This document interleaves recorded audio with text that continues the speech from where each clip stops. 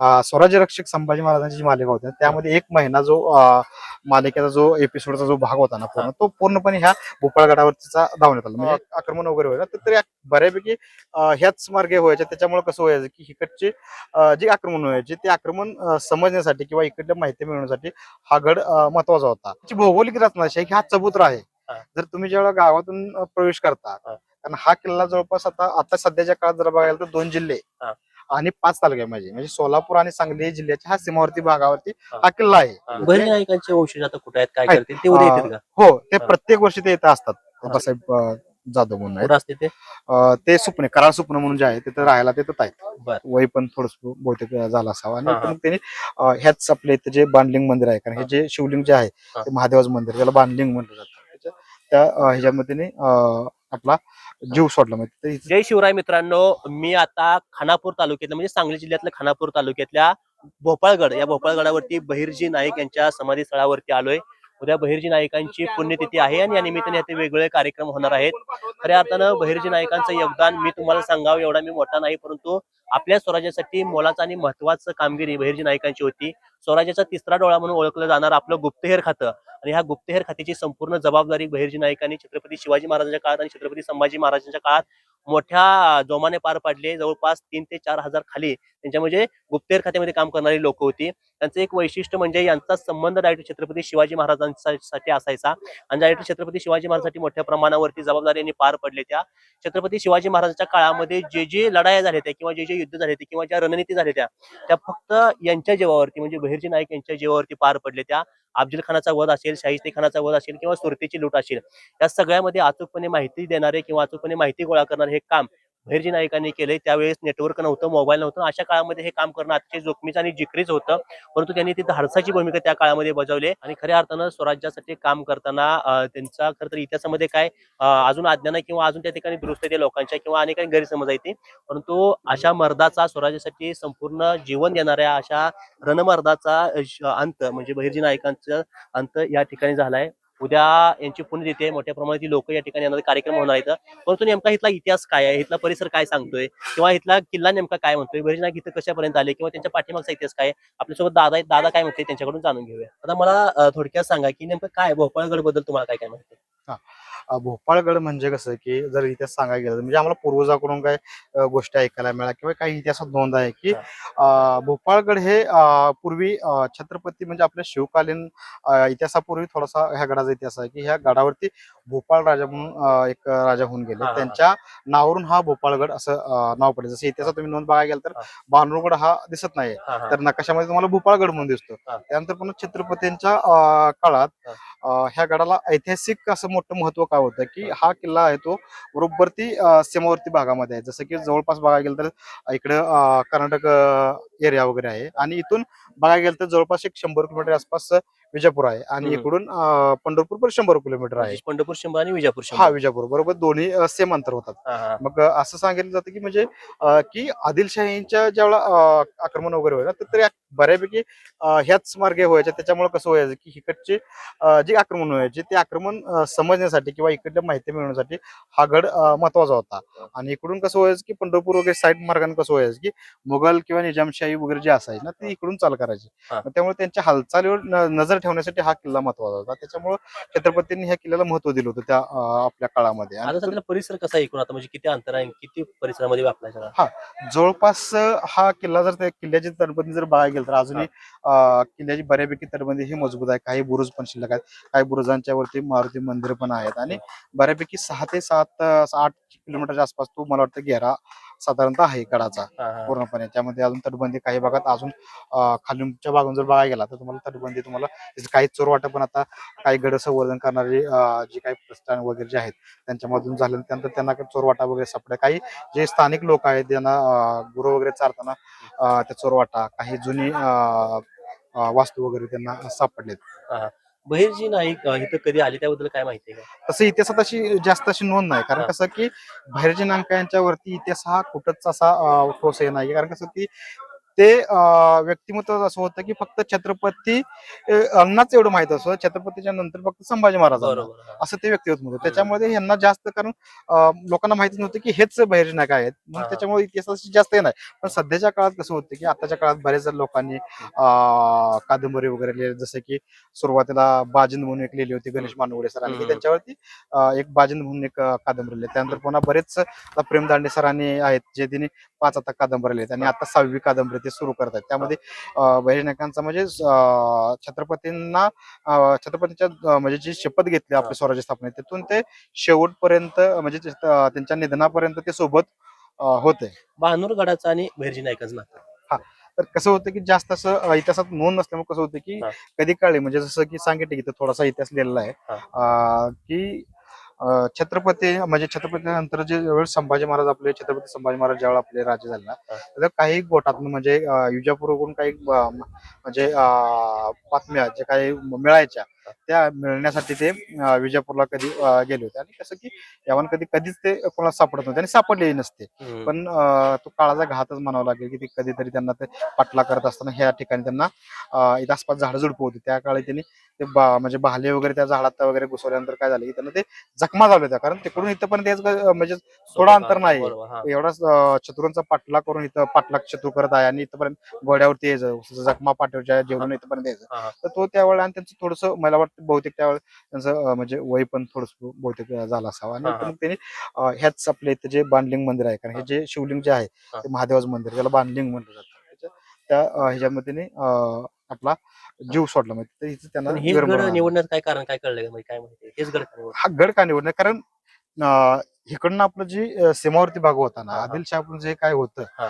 ते जवळ होतं इथं, हा. आणि त्यांना हा किल्ला महत्वाचा वाटत होता. त्याच्यामुळे कसं होतं की आणि जवळ होता ना, हा. हा. त्याच्यामुळे त्यांना इथं स्वतःला थोडासा आराम मिळण्यासाठी ते ज्यावेळेस जखम झाली ना, तर त्यावेळेस ते इथं आले असावेत.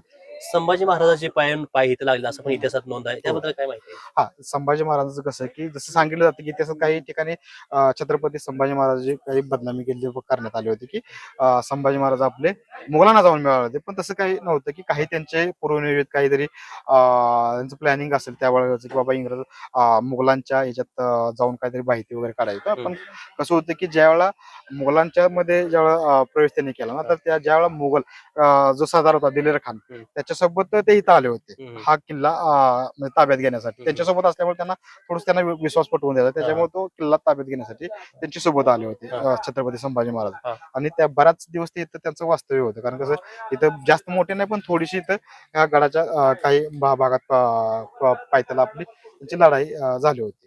म्हणजे बहिर्जी त्यावेळेला नायक. इथं जे किल्लेदार होते ते पिरंगोरजी नरसाळ म्हणून ते इथं किल्लेदार होते छत्रपती, कारण त्यावेळेला छत्रपती शिवाजी महाराजांच्या अधिपत्याखाली म्हणजे आपल्या हिंदवी स्वराज्याच्या अधिपत्याखाली हा किल्ला होता. त्यानंतर ज्यावेळेला संभाजी महाराजांनी ज्यावेळेला हा किल्ला घेतला आणि मुघल सैनिकांनी जेव्हा घेतला ताब्यात, तर त्यानंतरच हा किल्ल्याचा जास्त उल्लेख कुठं स्वराज्यात दिसत नाही. असं कुठं बघाय म्हणजे किल्ला म्हणून तर कुठं आपल्या इथं बघायला मिळत नाही, सगळं डोंगर जायचं इकडनं. मग ती किल्ला म्हणजे तुम्ही याची भौगोलिक रचना अशी आहे की हा चबुतरा आहे. हा. जर तुम्ही जेव्हा गावातून प्रवेश करता, कारण हा किल्ला जवळपास आता सध्याच्या काळात जर बघायला तर 2 जिल्हे आणि 5 तालुके म्हणजे सोलापूर आणि सांगली जिल्ह्याच्या ह्या सीमावर्ती भागावरती हा किल्ला आहे.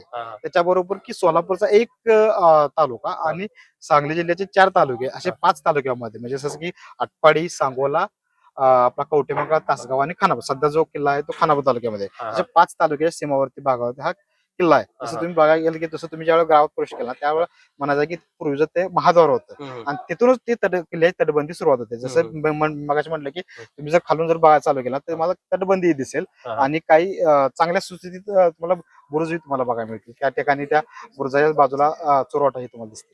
बहिर्जी नायकांचं आपल्या स्वराज्यासाठी योगदान म्हटलं तर ती विचार सुद्धा आपण करू शकत नाही, एवढं मोठं योगदान आहे ते आपल्या महाराजांनाच माहिती आहे. अगदी महाराजांचा जवळचा संबंध होता, पण कुठंतरी एवढ्या सेनापतीचं कुठंतरी एवढी समाधी मोठं स्थळ दुर्लक्षित झाल्याचं वाटतंय लोक. हो, पूर्वी म्हणजे तसं बघायला तर हे बरेच वर्ष दुर्लक्षित झालेलं ठिकाण होतं आणि हा. अजूनही आहे. पण आता बऱ्यापैकी इकडे लोकांचा येण्याचा एक ओघ वाढलेला आहे. लोकांना जसं कळत झालंय. हा. म्हणजे सुरुवातीला कसं होतं की म्हणजे आता गेली 15-20 वर्ष झालं ग्रामपंचायतली बाणपूर ग्रामपंचायत असेल किंवा एमएम ग्रुप जे असेल जे आता सध्या भजनायकांच्या समाजाला प्रसिद्धी जोतात आणण्याचं काम जे करत आहे संघटना, तर त्यांच्या माध्यमातून हे काम होत आहे.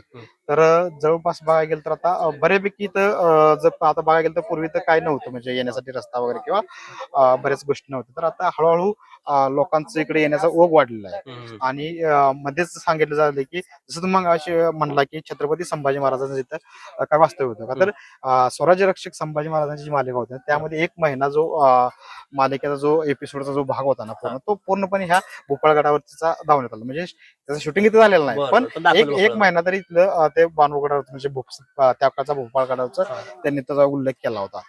त्याच्यामुळे कसं की बऱ्याच अशा गोष्टी आहेत की म्हणजे जसं सांगण्यात आलं, तुम्हाला सांगितलं की संभाजी महाराज त्यावेळेला तो इथं उल्लेख आलेला होता. आता हे तुम्ही कधीपासून यांची पुण्यतिथी साजरी करताय आणि उद्याचं नियोजन कसं असणार? आता कसं होतं की इतिहासात तसा नोंद नाहीये की बाबा ह्याच तारखेला शिरूर बहिर्जी नायकांना वीरमरण आलं होतं. पण कसं होतं की असं पूर्वीपासून चालतं की बहिर्जी नायकांना जे वीरमरण आलं ते श्रावण महिन्यात म्हणजे ऑगस्ट त्यावेळी श्रावण महिन्यामध्येच पहिल्या किंवा दुसऱ्या आठवड्यामध्ये म्हणजे त्या आसपासच त्यांचं श्रावण महिन्यात त्यांचं निधन झालं होतं, असं वीरमरण आलं होतं. म्हणून काय सुरुवातीला जे सुरू झाले नाही, कारण की त्यांना स्मरून त्यांचा मानवंदना, त्यांचा स्मृती पराक्रम दिन म्हणून त्यांचा पुण्यतिथीचा म्हणजे पुण्यतिथीचा म्हणता येणार नाही पण आपण त्यांचा पराक्रम आणि स्मृती दिन म्हणून आपण प्रत्येक वर्षी आपण एमएम ग्रुप असेल, ग्रामपंचायत आपली बांधवगड असेल, त्या मोठ्या प्रमाणात आपण इथं दरवर्षी आपण ऑगस्ट महिन्यात पहिल्या किंवा दुसऱ्या आठवड्यामध्ये आपण शिरूर बहिर्जी नायकांची आपण मानवंदना स्मृती दिन आपण साजरा करत आहोत. त्याचं नियोजन म्हणजे काय काय कार्यक्रम केले जातात त्यामध्ये? कसं होतं की कार्यक्रम हा खूप मोठ्या प्रमाणात मोठाच असतो. जसं की 12 वाजता बरोबर म्हणजे आदल्या दिवशी पूर्णपणे आपण त्याची सजावट वगैरे समाधीची वगैरे करून, जसं तुम्ही बघत आहात की आता सजावट वगैरे चालू आहे. आज संध्याकाळी आपला इथं मर्दानी खेळ पण आहे आणि मर्दानी खेळानंतर आपला ज्यावेळेस छत्रपतीच्या काळात कसं गडावरती गोंधळ व्हायचे, तसं आज आपला गोंधळाचा कार्यक्रम पण आपला इथं ठेवलेला आहे. आणि सकाळी मग आपण 12 वाजता आपण या महापुरुषाला आपण ह्या व्यक्तिमत्वाला आपण पुष्प आपण अर्पण करून आपण त्यांना मानवंदना देत आहोत. आणि त्यानंतर पुन्हा 1 ते 2 तासाचा आपला कार्यक्रम असतो, जिथे मग काही संघटनांचे पदाधिकारी म्हणजे जे एमएम ग्रुपचे संस्थापक असतील, मोहनराव मदने म्हणून आहेत तेच हे सगळं बघतात. त्यांच्या अंतर्गत काही युवक जे मोठे आहेत आणि त्यांना लागून काय संघटना संवर्धन जे गड प्रतिनिधींचे संवर्धन वगैरे जे आहेत, ग्रामपंचायत बाणूरगड असेल तर ती आणि आसपासची जी गावं आहेत, जे समजा यवान पळशी इथं आहे, पळशी आहे, ताडाजवाडी आहे किंवा जरंडी असेल, हिवतड असेल, आसपासचे जे काही लोक आहेत म्हणजे युवक भरपूर लोक आहेत ते येऊन इथे योगदान देण्याचा प्रयत्न करतात. मग त्याच्यामध्ये कसं होतं की मग 3 तासांमध्ये कार्यक्रम चालतो. त्याच्यामध्ये मग लोकप्रतिनिधी आपण बोललो जातो की स्थानिक आमदार जे आहेत, आमदार असतील, पंचायत समिती सदस्य, जिल्हा परिषद असतील, आपण प्रशासकीय अधिकारी पण त्यामध्ये आहेत, तहसीलदार असेल, प्रांत असेल, आसपासचे ग्रामसेवक काय असतील किंवा आसपासच्या भागात सरपंच, उपसरपंच, ग्रामसदस्य असतील किंवा यवना ह्या वर्षी आपण कलेक्टर पण आपण बोलवले. आणि त्याचबरोबर आपण प्रत्येक वर्षी छत्रपतींच्या काळात आपल्या जे पण महापुरुष होऊन गेले त्यांचे जे काही आता सरदार होते त्यांचे वंशज आपण इथे आणण्याचा प्रयत्न करतो. आपण एक वेळी हंबीराव मोहितेंचे पण आपण तळबिळवरून आपण इथे त्यांचे वंशज बोलू. बहिर्जी नायकांचे वंशज आता कुठे आहेत, काय करतील, ते उद्या येतील का? हो, ते प्रत्येक वर्षी ते इथं असतात. त्यांचे आता जे वंशज आहेत ते आबासाहेब जाधव म्हणून आहेत. असते ते सुपणे कराड सुपणे म्हणून जे आहे तिथे राहायला ते तिथं आहेत. हा, तर ते प्रत्येक वर्षी इथं हजर राहतात. आणि त्यानंतर मग काहींची भाषणे वगैरे होतात. त्यानंतर पुन्हा बहिर्जी नायकांच्या बद्दल जे व्याख्यान असतं ते व्याख्यान पण होतं. व्याख्यान झाल्यानंतर मग पुन्हा आपल्या जे लोक येतात इथे जे पुष्पार्पण करण्यासाठी वगैरे, तर त्यांना महाप्रसाद इथे केलेला असतो. तो महाप्रसाद आपण किती लोक येतात साधारणतः तसा आकडा सांगता येणार पण किमान 2 ते 3 हजार तरी लोक, 3,000 पेक्षा जास्त लोक येतात. म्हणजे आम्ही धरतो कारण आम्ही जेवण म्हणजे महाप्रसाद जे करतो त्याच्यावरती आम्ही ठरवतो. पण कमीत कमी 2,500-3 हजाराच्या आसपास आहेत, पण जास्त कमीत कमी 5-10 हजाराच्या आसपास पण लोक येतात. उद्या पुण्यतिथी आहे आणि या पुण्यतिथीच्या निमित्तानं सध्याला इथे तयारी चालू आहे. खऱ्या अर्थानं ज्या माणसांनी आपल्या स्वराज्यासाठी आपला प्राण म्हणजे अख्खी जीवन व्यतीत केलं, ज्यांनी छत्रपती शिवाजी महाराजांसोबत आपला जीवन घालला, छत्रपती संभाजी महाराजांसोबत घालला आणि शेवटच्या पुढच्या कालावधीमध्ये या ठिकाणी येऊन म्हणजे इतिहासामध्ये बऱ्याच काही घडामोडी किंवा इतिहासामध्ये बरेच काही बदल असतील, पण या ठिकाणी येऊन त्यांनी आपल्या शिव म्हणजे आपल्या महादेवाच्या पिंडीच्या जवळ त्यांनी आहुती दिली आणि या ठिकाणी त्यांची समाधी उद्या कार्यक्रम आहेत, लोक मोठ्या प्रमाणात या ठिकाणी येणार आहेत. परंतु माझी एक सगळ्यांना विनंती की एवढा मोठा सेनापती, एवढा मोठा योद्धा आपल्या स्वराज्यासाठी ज्यांनी आहुती दिली, त्यांच्यासाठी खरं ही समाधी अजून देखील दुर्लक्ष भागामध्ये किंवा अनेकांना दुर्लक्ष किंवा अनेकांना माहिती पण नाही. त्या लोकांनी इथं आलं पाहिजे, बघितलं पाहिजे, इतिहास आपला अनुभवला पाहिजे. आणि आता ह्यांनी सांगितल्याप्रमाणे बहिर्जी नायकांचा डायरेक्ट छत्रपती शिवाजी महाराजांसोबत संबंध होता. त्यांची एक त्या ठिकाणी ज्यावेळी छत्रपती शिवाजी महाराजांचा राज्याभिषेक झाला होता त्यावेळी एक गोष्ट थोडक्यात सांगतो. महत्वाचं म्हणजे राज्याभिषेकाच्या वेळी छत्रपती शिवाजी महाराजांना बहिर्जी नायकांना अगदी आपल्या जवळ बोलवून त्याचा मान सन्मान करायचा होता, परंतु आपलं गुप्तहेर खातं लोकांना माहीत झालं नाही पाहिजे किंवा पोचलं नाही पाहिजे यासाठी बहिर्जी नायकांना लोकांच्या गर्दीमध्ये उभं राहावं लागलं आणि महाराज त्यांच्याकडे बघत होते. अशी एक गोष्ट आहे. आजपर्यंत म्हणजे ज्या पद्धतीनं स्वराज्यामध्ये जेवढे मावळे होते त्यांना बहिर्जी नायक नेमकं कोण आहे किंवा आपलं गुप्तहेर खातं नेमकं कोण सांभाळते हे लोकांमध्ये माहित नव्हतं. बहुत वेशभूषा म्हणजे वेगवेगळ्या वेशभूषा करणारे, अनेक भाषांचं ज्ञान असणारे, जागेवरती लोकांना चकवा देणारे, हजरजबाबीपणा मोठ्या प्रमाणात असणारं असं व्यक्तिमत्व आणि त्या व्यक्तिमत्वाचा उद्या पुण्यतिथी. तुम्ही आम्हाला थोडक्यात आणि चांगली माहिती दिली याबद्दल आभार आहे आणि माझी सगळ्यांना विनंती आहे की या गडावरती एक वेळ येऊन अवश्य भेट द्या. जय शिवराय.